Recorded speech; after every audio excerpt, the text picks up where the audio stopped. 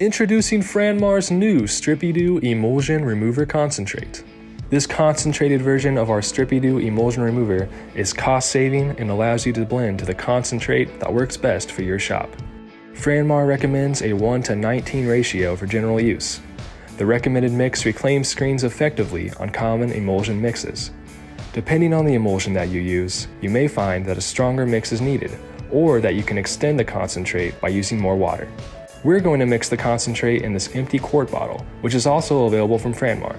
Measure out 1.5 ounces of concentrate and then mix with 29 ounces of water. You now have a ready-to-use emulsion remover. Spray the mix onto a screen that you're reclaiming, scrub, let sit for a few minutes, and then wash clean. 1 quart of the concentrate will make 5 gallons, and it has a 9-month shelf life. Save money while reclaiming screens with Franmar's Strippy-Doo Emulsion Remover Concentrate.